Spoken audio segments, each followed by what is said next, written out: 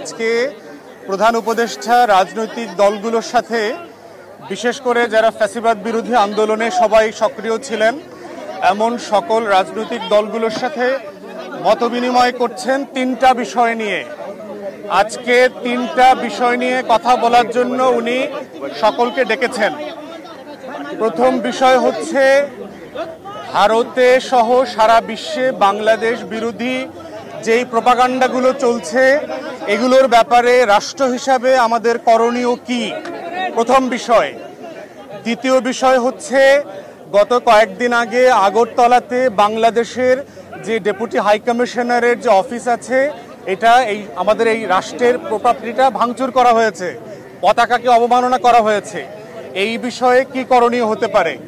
আর third হচ্ছে বাংলাদেশে সংখ্যালঘু নির্যাতন নিয়ে যেই গল্প এবং উপন্যাস সারা দুনিয়াতে চলছে সেই বিষয়ে আপনারা কি মত দেবেন, আমাদের করা দরকার।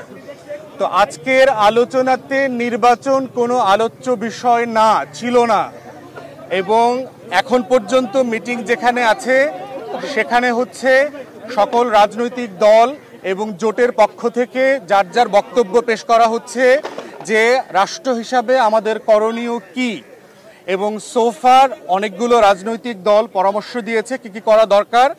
আমাদের বক্তব্য হচ্ছে এই রাজনৈতিক দলগুলো যেগুলো মতামত দিয়েছে এখন পর্যন্ত এটার একটা সামারি আমি আপনাদের সাথে শেয়ার করছি।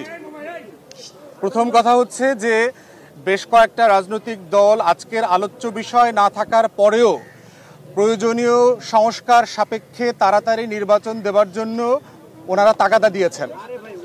দ্বিতীয় একটা বক্তব্য এসছে স্বরাষ্ট্র মন্ত্রণালয় এবং অন্যান্য বিষয় নিয়ে তারা বোধ করছেন যে সেবার একটা ঘাটতি সারা দেশে পরিলক্ষিত হচ্ছে, সেক্ষেত্রে সরকার কি ব্যবস্থা নেবে, কিভাবে কাজ করবে।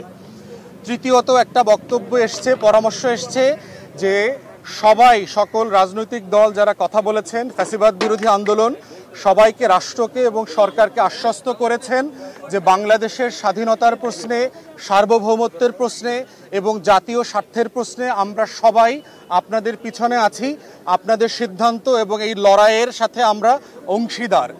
এইটা হচ্ছে সোফার যে আলোচনাটা হয়েছে, যে কয়টা রাজনৈতিক দল কথা বলেছেন সেটার একটা জিস্ট।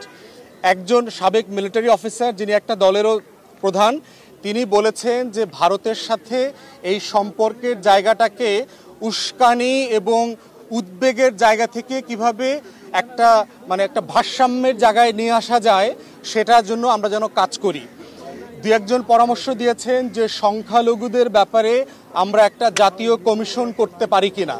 একটা জাতীয় কমিশন করলে গত 53 বছরের যে বঞ্চনা এবং 16 বছরের বিশেষ করে সংখ্যালঘুরা কোন কোন জায়গায় আহত হচ্ছে, বঞ্চিত হচ্ছে, এটার গল্পটা কতটুকু এবং সত্যতা কতটুকু, অতটুকু বের হয়ে আসবে। দু একজন পরামর্শ দিয়েছেন রাজনৈতিক দল থেকে যে সরকারের বিভিন্ন রাষ্ট্রে যে অ্যাম্বাসিগুলো আছে সেখানে যারা কর্মরত আছেন তারা এখনও আগের আমলের ফ্যাসিবাদীদের দোসর, তাই ওই সকল রাষ্ট্রে বাংলাদেশ বিদ্বেষ ঠেকানোর জন্য যা যা করণীয় দরকার সেগুলো এখনও করছে না। সেক্ষেত্রে ওই দূতাবাসগুলো থেকে অফিসারদেরকে উজ্জ্ব করে দেশপ্রেমিক গণ অভ্যুত্থানের পক্ষের যারা অফিসার্স আছেন তাদেরকে এঙ্গেজ করা দরকার। এই যে আমাদের বিরুদ্ধে প্রপাগান্ডাটা হচ্ছে এটাকে যেন অ্যাড্রেস করা যায়। একটা পার্টিকুলার পরামর্শ এসছে, সেটা হচ্ছে যে রাষ্ট্রের পিআর প্রপাগান্ডাকে হ্যান্ডেল করবার জন্য একটা পিআর সেল করা দরকার, যে কিভাবে এই প্রপাগান্ডাটা বাংলাতে ইংরেজিতে আমরা কাউন্টার করতে পারি দেশে বিদেশে এবং বিভিন্ন টেলিভিশনের মধ্য দিয়ে। আমাদের দল এখনো কথা বলে নাই, তো আমরা অন্যান্য দল যারা কথা বলেছেন তাদের এই সামারিটুকু আপনাদের সাথে শেয়ার করছি। মিটিং এখনো চলমান, এখন নামাজের বিরতি হবার কথা, এরপরে মিটিং আরও চলবে।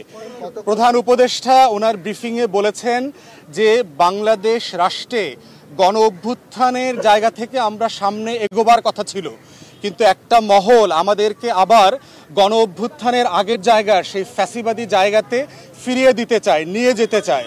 আমাদের মতো একটা উদার প্রোগ্রেসিভ যারা লিডারশিপে আছেন তাদেরকেও তারা হিন্দু বিদ্বেষী, হিন্দুদের শত্রু, ইসলামিস্ট একটা রাষ্ট্র পরিণত হয়েছে, জঙ্গি রাষ্ট্রে পরিণত হয়েছে, এই প্রচারণাগুলো করেছেন। তো সেক্ষেত্রে প্রফেসর ইউনূস সকল রাজনৈতিক দলগুলোকে আহ্বান করেছেন আপনারা পরামর্শ দেন, সবাইকে সাথে নিয়ে আমরা কিভাবে এই সিচুয়েশনটাকে কাউন্টার করতে পারি। এই হচ্ছে আলোচনার জিস্ট।